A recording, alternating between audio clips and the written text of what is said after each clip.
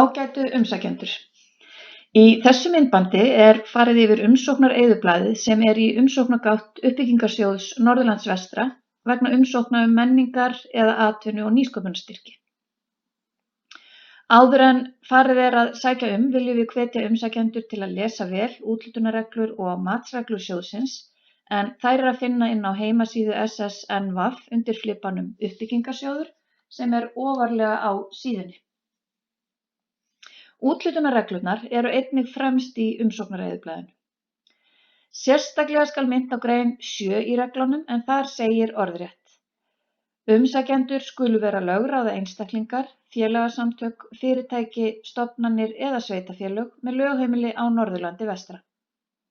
Einnig er vert að benda á að víða í umsóknareyðublaðinu er fjöldi stafa takmarkaður en þá eru taldir saman fjöldi bók- og tölustafa og bilin á milli orðanna. Í langflestum tilfellum á fjöldi stafanna að vera nægilegur, en einstaka sinnum gæti þurft að takmarka orðafjölda. Flestir, en þó ekki allir liðir í umsóknareyðublaðinu eru stjörnumerktir og er skylda að svara þeim liðum sem hafa stjörnu. Við viljum einnig nota tækifærið og vekja athygli á því að í dreifibréfi sem sent er inn á öll heimili og fyrirtæki á Norðurlandi vestra er að finna upplýsingar sérstaka viðtalstíma eða vinnustofur þar sem starfsmenn SSNVAF eru til viðtals og ráðgjafar. Þess utan er yfirleitt hægt að ná í starfsmenn SSNVAF á skrifstofutíma sem veita allar nánari upplýsingar og aðstoð. Allir þeir einstaklingar, fyrirtæki, opinberir aðilar og félagasamtök sem sækja styrk hjá Uppbyggingarsjóði þurfa að hafa annaðhvort íslykil eða rafræn skilríki. Þá er komið að því að sækja en það er gert á rafrænni umsóknargátt Uppbyggingarsjóðsins sem hægt er að fara inn á tvo vegu. Annars vegar í gegnum heimasíðu SSNVAF og þá er farið hér neðan á síðuna og smellt á merki sóknaráætlunar hér hægra megin, eða með því að fara inn á síðuna sóknaráætlun.is og smella þar á Norðurland vestra. Þegar önnur hvor leiðin hefur verið farin, þá förum við inn á þessa síðu hér sem að flestum ætti að vera að góðu kunn og veljum annaðhvort að fara inn með rafrænum skilríkjum eða íslykli eftir því hvað við á. Að því loknu erum við komin inn á fyrstu síðuna í umsóknarforminu sjálfu. Neðst á henni, þessari síðu, eru 2 valkostir. Ef við erum að byrja á umsókn, þá smellum við hér á stofna nýja umsókn. Ef við erum að halda áfram að vinna í umsókn sem þegar er til, þá veljum við hér að vinna í umsókn sem þegar er til. Það er hvenær sem er hægt að fara út úr umsóknargáttinni ef við getum ekki klárað umsóknina af einhverjum ástæðum og þá vistast allt sem að þegar hefur verið sett inn og þá er hægt að fara inn síðar og halda áfram og í þeim tilfellum þá veljum við hér vinna í umsókn sem þegar er til. Þegar við erum að halda áfram að vinna í umsókn sem þegar er til þá förum við ekki í þennan hluta hér að stofna nýja umsókn því að þá verður til ný umsókn sem að flækir málið. Í ferlinu er alltaf hægt að fara tilbaka í upphafssíðuna með því að smella á merki sóknaráætlunar hér efst í vinstra horninu. Þá er komið að umsókninni sjálfri. Við smellum hér á stofna nýja umsókn og fáum þá upp síðu með úthlutunarreglunum eins og minnst var á hér áðan. Það er gott að hafa líka í huga að hér efst á síðunni eru hnappar með öllum liðum umsóknarinnar í röð og þá er hægt að nýta til þess að fara fram og tilbaka í umsókninni þegar á meðan við erum að vinna hana inn í kerfinu. Þegar við höfum farið vel yfir úthlutunarreglurnar hér á síðunni þá smellum við á áfram hérna neðst og þá birtist næsta síða sem að ber yfirskriftina umsækjandi. Þar er kallað eftir grunnupplýsingum þann sem sækir og það eru upplýsingar sem að tilheyra viðkomandi aðila og þeim rafrænum skilríkjum eða íslykli sem að notaður koma hér sjálfkrafa inn í þessa reiti. Athugið að þegar spurt bankaupplýsingar hér, að þá eru það upplýsingar þann reikning sem að styrkurinn lagður inn á, ef að umsókn hlýtur brautargengi. Hér neðar hag sem boðið upp á verkefnisstjóri og ef umsækjandi verkefnisstjóri fyrir því verkefni sem sótt þá hakað við hér. Athugið vel að aðeins einstaklingar geta verið verkefnisstjórar, ekki fyrirtæki eða félagasamtök. Hér neðst spurt hvort að verkefni sem sótt styrk til hafi hlotið styrki síðastliðin 2 ár.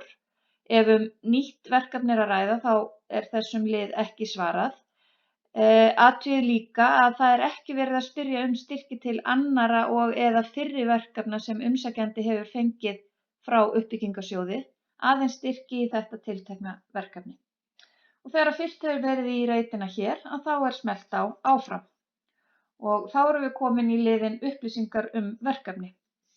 Hér efst heiti verkefnis og gott að velja hér stutt en upplýsandi heiti á verkefninu og hafa í huga að nánari lýsing á verkefninu kemur síðar. Næst valin tegund styrks og þar eru 3 valkostir. Ef þú ert í vafa þá leitaðu ráða hjá starfsmönnum samtakanna. Sama gildir næsta lið þegar búið að velja tegund styrks sem undirtegund, en þar boðið upp á ýmsa möguleika, sama hvort valin menningarstyrkur eða aðrar tegundir styrks. Og ef þú ert í vafa, þá skaltu endilega hafa samband við starfsmenn. Næst valið rekstrarform og þá velurðu hvers konar form verkefnið fellur undir.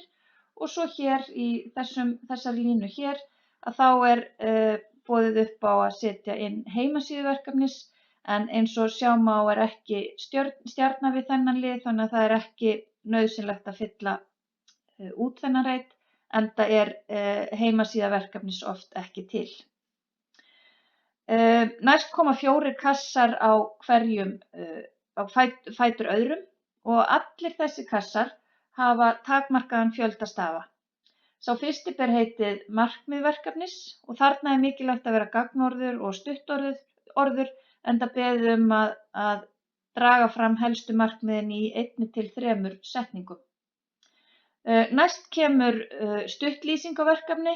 Þarna tilvalið að nota tækifæri til að skipta verkefninu í verkþætti eftir efnisþáttum þess sem síðar lýst nánar lið fyrir lið í 3. kassanum sem ber heitið greinargóð lýsing á verkefninu.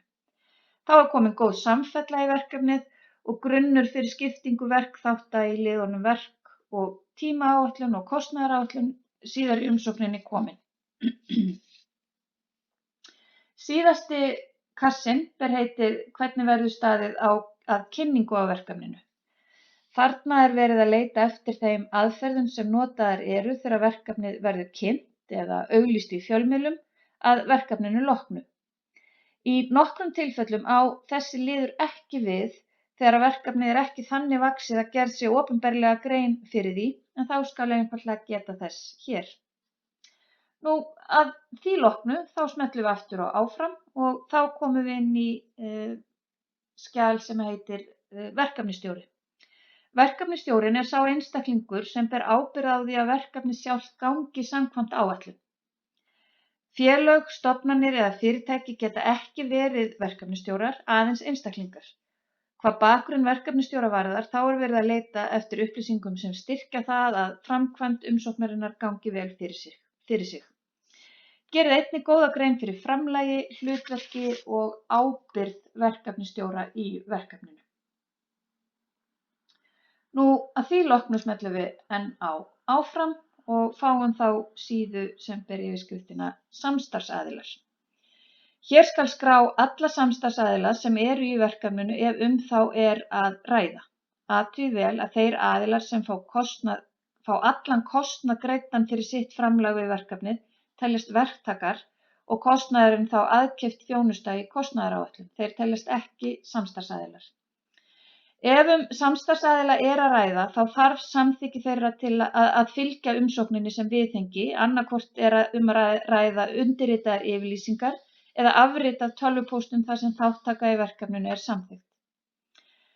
Mikilvægt er að hafa í huga að ef þessar staðfestingar samstarfsaðilar fylgja ekki með umsókn er hún ekki tekin til greina. Ég endurtek, ef að staðfestingar samstarfsaðila fylgja ekki með umsókn er hún ekki tekin til greina. Og það er því mjög mikilvægt að passa að allar staðfestingar fylgi með. Til að bæta við samstarfsaðila er einfaldlega smellt hér á og þá koma upp þær upplýsingar sem óskað er eftir og ef að samstarfsaðilar eru fleiri þá er einfaldlega smellt aftur hér á bæta við samstarfsaðila.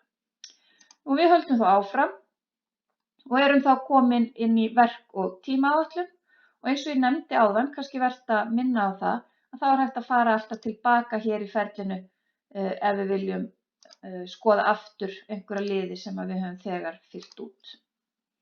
Nú en við erum þá komin í verk- og tímaáætlun.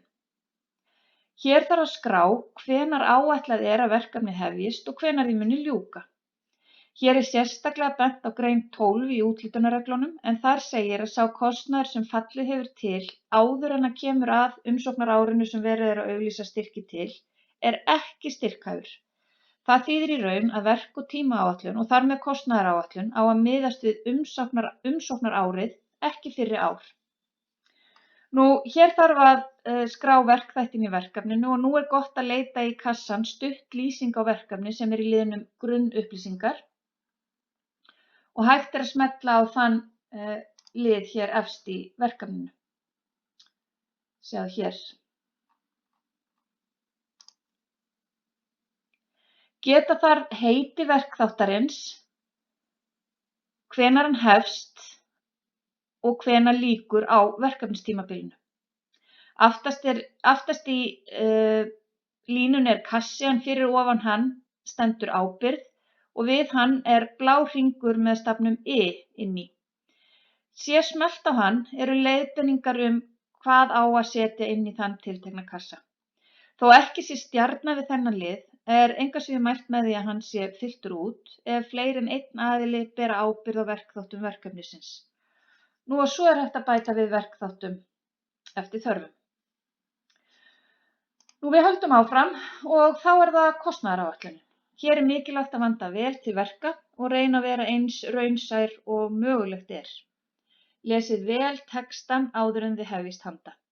Þar er til dæmis bent á að reikna skal launaða og ólaunaða vinnu umsækjanda og samstarfsaðila að hámarki á krónur 4.000 á klukkustund.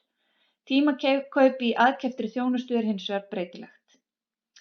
Ef verið er að sækja menningarstyrk þá má benda á að á heimasíðu SSNVAF undir flipanum uppbyggingarsjóður, eyðublöð, eru leiðbeiningar kostnaðar- og fjármögnunarliði sem muna þarf eftir þegar kostnaðaráætlun er fyllt út.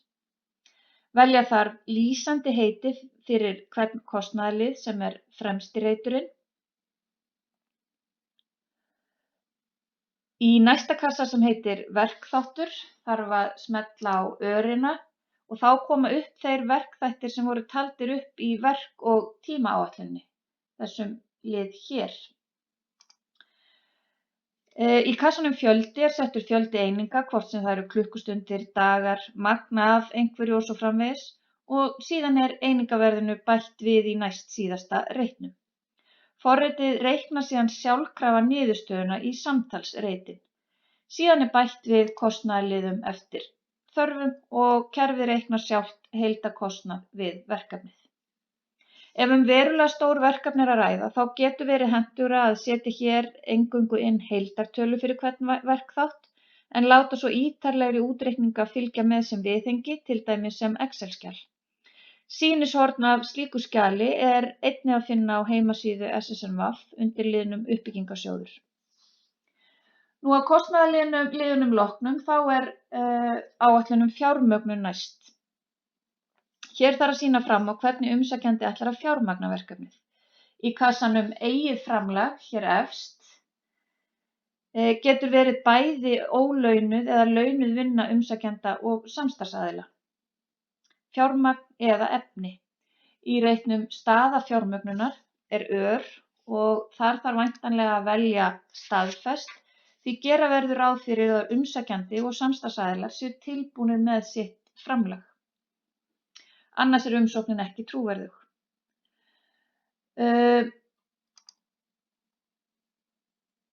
Næsti kassi heitir styrkir eða aðrir styrkir og hér skal skrá þá styrki sem að sótt verður eru í umsóknarferli eða hafa verið samþykktir. Hér ekki átt við þann styrk sem sótt hér. Athugið vel að ef óstaðfestar styrksumsóknir eru stór hluti eða prósent af heildarkostnaðinum við verkefnið, þá fjármögnun verkefnisins ekki mjög trúverðug. Nú svo hér önnur fjármögnun sem nýtt til þess að geta annarra leiða til að fjármagna verkefnið. Það geta til dæmis verið sölutekjur, aðgangseyrir, fjármagn frá öðrum og svo framvegis. Það sama gildir hér að alltaf þarf að geta stöðu fjármögnunar, hvort að fjármögnun staðfest eða óstaðfest.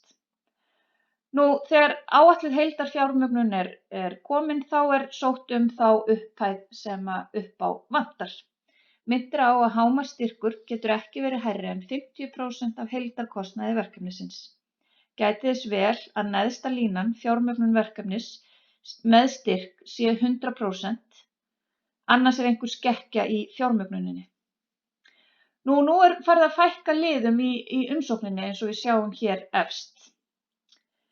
Ávinningurinn kemur næst þegar smellt hér á áfram og hér eru 3 reitir sem þarf að fylla inn í. Efsti ber heitið hvernig fellur verkefnið að áherslum sóknaráætlunar Norðurlands vestra. Öll verkefni sem styrkt þurfa að hafa skírskotun til sóknaráætlunarinnar. Til að auðvelda okkur að svara þessari spurningu þá hægt að smella beint hér á sóknaráætlunina og jafnvel afrita texta beint úr henni yfir í reitin eða vitna óbeint í áætlunina. Góður rökstuðningur hér bætir og kætir. Næsti reitur ber heitið menningar og eða listrænt gildi verkefnis og eða atvinnu eða nýsköpunargildi verkefnis. Þetta mikilvægur liður þar sem fyrsta verkefni þess fagráðs sem leggur mat á umsóknina að gefa umsókninni einkunn samkvæmt þessum lið og lýsingun á verkefninu eins og stendur í grein 15 í úthlutunarreglum. Sé einkunnin lægri en 5, þá umsókninni hafnað og hún ekki tekin til frekari umfjöllunar. Sé einkunnin 5 eða hærri, þá lagt mat á umsókninni í heild sinni. Í síðasta reitnum skal gera grein fyrir nýnæmi verkefnisins í landshlutanum og eða á landsvísu. Að því loknu höldum við áfram og þá erum við komin í síðu sem ber yfirskriftina störf og kynjahlutfall. Athugið vel að hér eingöngu átt við verkefnistímann sjálfan og miðað við greidd laun, ekki sjálfboðaða vinnu. Skrá þarf áætlaðan fjölda klukkustunda sem greitt verður fyrir og hvernig þau störf skiptast eftir kynjum. Athugið að hér auðvitað bara áætlun að ræða enda verkefnið tæplega ekki byrjað. Nú næst síðasta síðan svo fylgiskjöl. Minnir á að verið að sækja stofn- og rekstrarstyrk þá þarf nýjasti ársreikningur að fylgja með umsókn. Það einnig ekki verra að ársreikningur fylgi fleiri umsóknum ef hann fyrir hendi. Nú og hér koma svo jafnframt staðfestingar samstarfsaðila, stærri kostnaðaráætlanir, ítarlegri lýsingar á verkefninu og myndbönd ef þau til staðar. Hvað myndbönd varðar þá umsækjandi beðinn að hafa þau á hýsingarsíðum en ef umsækjandi vill ekki að myndbandið sé öllum aðgengilegt, þá getur hann falið myndbandið þar en vísa svo á það í umsókninni. Og þá það síðasta síðan. Skila inn umsókn. Hér gefst umsækjanda síðasta tækifæri til að koma einhverju á framfæri, til dæmis ítrekun á mikilvægi umsóknarinnar eða eitthvað annað sem ekki hefur fallið að umsóknarforminu. Því næst þarf að haka við það að umsækjandi hafi kynnt sér úthlutunarreglurnar og með því staðfestir hann einnig reglur styrkveitingar frá opinberum aðilum eins og þarna stendur í textanum. Við viljum að lokum hvetja umsækjendur til að fara vel yfir umsóknina í heild sinni og það auðvelt að gera með því að fara á milli með hnöppunum hér efst og gæta þess að ekkert vanti eða sé vanreifað. Munið að eftir að umsóknarfrestur rennur út þá hvorki hægt að lagfæra texta umsóknarinnar né bæta við fylgigögnum. Síðan ekkert annað eftir en að ýta á hnappinn skila umsókn og þá fer umsóknin inn í kerfið.